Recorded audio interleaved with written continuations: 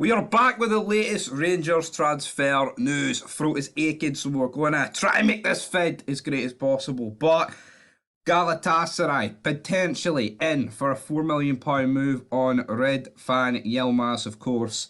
That's where he's from, Turkey. He did join us for Besiktas, so that could make the move a wee bit unlikely. And his agent and himself did come out and say that he is looking to stay in Glasgow. He wants to stay at Rangers. He said, quote unquote, big club.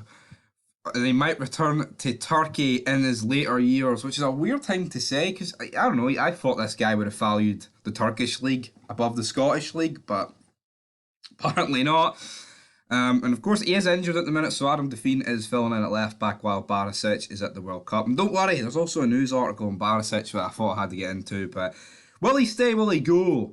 Yilmaz, I think he'll stay. I think he won't be going in January. I mean, I want the guy to stay. He does lack physical, attributes. He is a midget, so to speak. But you know what? He can be good. I think he's more. He'd be more utilised in a five at the back, playing as a wing back rather than an actual left back. But hopefully it works out for him. But if we are going to sell him, let's hopefully try and make back what we actually spent on him. Into the second bit of news today, though. Celtic join Rangers in the race for Antoine Semenyo. Of course, the guy plays for Bristol City, and he was in action at the World Cup. And now Rangers, I think I made a vid on this guy about a month ago, and now Celtic have joined the battle for him, and it looks like it could be for around 5 million. I think when I made it, they were linking it with a £15 million move, but realistically, like Rangers or Celtic, they're not going to go out and spend 15 million on a player. Unless, that player is, the Rock, so to speak. But with Celtic, potentially losing Giamakis and also going to maybe lose Juranovic for a lot of money. Maybe they could bring in somebody for 15 million, but I don't see it personally happening. But of course, they're linked with Cho Jing-sung, so maybe they'll choose him over Antoine, and Rangers can get Antoine Semenyo. But in terms of transfer news, that's it, done for the day. But alright, see Chris Sutton. This has to get mentioned, right? He is just an obsessed bastard. Now, literally anything the Rangers admin tweets, he will be getting stuck in about it, right? And then Rangers tweet tonight about the Croatia game. We'll be watching on from Glasgow. Come on, Borna and Croatia. Hashtag FIFA World Cup.